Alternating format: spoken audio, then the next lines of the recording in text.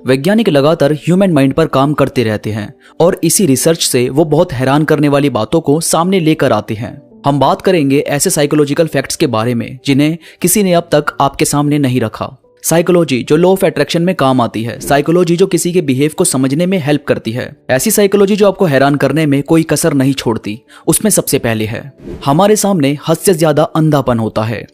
यानी दोस्तों, human mind कभी भी शुरू में वो नहीं देखता जो छिपा हुआ है या जो पीछे है। ह्यूमन माइंड सिर्फ वही देखता है जो सामने उसे दिख रहा होता है। यानी दोस्तों, ये चीज इस बात को शो करती है कि हर बात के दो पहलू होते हैं जिन्हें सिर्फ एक तरफ से नहीं समझा जा सकता। उसे पूरी तरह जानने और समझने के लिए आपको उसके दोनों पहलू को समझना बहुत जरूरी होता है। अब जैसे आप ये ऑप्टिकल इल्यूजन की इमेज देखेंगे तो इसमें दो फेस दिखेंगे, एक बूढ़े आदमी का और एक बुढ़िया का। पर जब आप इसे डीप में जाकर देखने की कोशिश करते हैं तो इसमें आपको एक औरत अपने सिर पर हाथ रखकर बैठी हुई और एक आदमी हाथ में गिटार लिए हुए बैठा दिखेगा। यानी पहले माइंड ने सिर्फ वही देखा जो वो तस्वीर हमें दिखाना चाहती थी, पर जब आप इसके डीप में गए तो आपको एक अलग ही चीज देखने को मिली। इसके बाद आपके ज्यादातर डिसीजन अनजाने में बनते हैं, यानी आपको पता भी नहीं होता और बस आप सडनली कोई फैसला ले लेते हैं और ऐसा ही फैसला आपका लंबे टाइम तक चलने वाला होता है। जैसे आप किसी चीज पर बहुत सोचते हैं कि मुझे यहाँ जाना है और उसकी हद से ज्यादा रिसर्च करते हैं तो वो चीज आप नहीं कर पाते या फिर वो टलती चली जाती है। पर कभी कहीं जाने का प्लान बना और आपने उसकी कोई तैयारी भी नहीं की है लेकिन आप वहां के लिए निकल गए। ऐसे ही आपको कोई लैपटॉप लेना है जिसकी आप बहुत ज्यादा रिसर्च करते हैं, बहुत कुछ सोचते हैं, जैसे उसकी वारंटी के बारे में, कीमत और कोई ऑफर के बारे में। पर लास्ट फैसला आपका डिपेंड करेगा आपके एक थॉट के ऊपर जो आपको एंड में बताएगा कि आपको ये लेना चाहिए या फिर कोई और जो इससे थोड़ा महंगा है पर अच्छा मिल रहा है, या फिर वो लेना चाहिए। यानी फिर आपका इतना सोचना, उस पर विचार करना, वो सडनली कुछ देर के लिए दूर हो जाता है और फिर आप बस वही करते हो जो आखिरी फैसला आपको बोलता है। इसलिए चीजों को सोचो जरूर पर अपने आखिरी फैसले को भी सुनो। कई बार कुछ करने के बाद आपको बहुत रिग्रेट फील हो सकता है, पर आपको इसे समझना चाहिए कि अब आगे का जो फैसला होगा वो आप ठीक से लेने की कोशिश करेंगे। इसके बाद है हम हमेशा बस 3-4 चीज ही ठीक से याद रख सकते हैं। हम अक्सर बहुत सारा काम अपने हाथों में ले लेते हैं जिसकी वजह से कोई एक काम भी ठीक से नहीं हो पाता। दोस्तों, हमारा माइंड किसी एक जगह पर ठीक से फोकस लगाने के लिए बना है। अगर आप स्टडी कर रहे हो तो पूरी कोशिश करो कि उस टाइम सिर्फ स्टडी हो।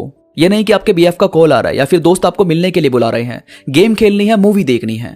सारे थॉट्स ब्लैंक कर दो, क्योंकि अगर आपका ध्यान उसकी तरफ बढ़ गया तो उतना ही याद रहेगा जितना आप सिर्फ ध्यान दे रहे हैं। यानी बस धुंधला धुंधला ही आपको याद रहेगा। तो जब आप किसी चीज को दिमाग में बैठाना चाहती हो तो कोशिश करो उसे रिपीट करने की। जैसे कोई आपको फोन नंबर बताता है और आपके पास कोई पेन पेपर ना हो तो आप अपने माइंड में ही उसे रिपीट करते हो जब तक आपके पास पेन पेपर नहीं हो जाता।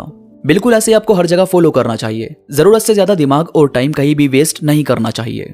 इसके बाद चुप रहने वाले बंदे ज्यादा समझदार होते हैं। एक्चुअल में जो लोग चुप रहते हैं उनके अंदर ही अंदर बहुत सारी बातें चलती रहती है, पर क्योंकि बोलते रहना उनके मिजाज में नहीं है तो वो बहुत ज्यादा सोचते हैं और सोचते भी कई बार सही डायरेक्शन में है। ना तो वो अपने गोल को ज्यादा किसी से डिस्कस करते और ना ही अपने बारे में बहुत कुछ बताते हैं, जिसकी वजह से उनकी जो पर्सनैलिटी है वो मिस्टीरियस टाइप बन जाती है। और फिर वो जब किसी से ज्यादा हेल्प नहीं ले पाते तो अपनी हेल्प खुद ही करने लगते हैं और यहाँ से उनका एक्सपीरियंस बढ़ने लगता है और फिर वो अपने आप ही समझदारों की कैटेगरी में शामिल होने लगते हैं। इसके बाद है हम हमारी यादें किसी मूवी की तरह नहीं देखते, बल्कि हम ऐसे देखते हैं जैसे हम उसे बना रहे हैं। और इसीलिए जब हम पास्ट में कुछ बुरा हुआ सोचते हैं तो हमेशा हमारे अंदर ऐसा फील होता है कि काश हम उसे बदल पाते। और कई बार जब हम उसे सोच रहे होते हैं तो अपने ही माइंड में पास्ट की एक अलग मेमोरी क्रिएट करते हैं, एक नई कहानी बनाने लगते हैं जिसमें हम बस जीतना चाहते हैं।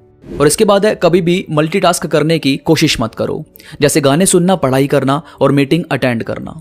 ये सब कुछ दिनों में आपको बहुत इरिटेट कर सकता है और आपके अंदर चिड़पन आने लगता है। अगर आप शांत रहना चाहते हो तो आपको एक काम को पूरा करने के बाद दूसरे पर जाना चाहिए। हमेशा आपका नेचर कूल रहे, क्योंकि एक टाइम पर एक चीज करना आपको उसे पूरे करने के बाद बहुत खुशी देगा, जिससे आपको हमेशा ये लगने लगेगा कि आपने अपने मन का काम पूरा कर लिया है। तो दोस्तों, उम्मीद करता हूँ आपको आज की बातें पसंद आई होगी। आज की वीडियो से आपको कुछ नया, कुछ अच्छा सीखने को मिला होगा। ये साइकोलॉजिकल फैक्ट्स वाकई आपको पसंद आए होंगे। वीडियो को लाइक जरूर करो और कमेंट्स में मुझे जरूर बताओ कि आपको कौन सा फैक्ट सबसे अच्छा लगा है। इसके साथ ही मेरे साथ इंस्टाग्राम पर अभी कनेक्ट हो जाओ। इंस्टाग्राम पर आप और मैं बात भी कर सकते हैं। इंस्टाग्राम का लिंक नीचे डिस्क्रिप्शन में मौजूद है, तो बस क्लिक करो और कनेक्ट हो जाओ। तो अभी के लिए बस इतना ही। मैं मिलूंगा आपसे नई वीडियो के साथ, तब तक के लिए धन्यवाद।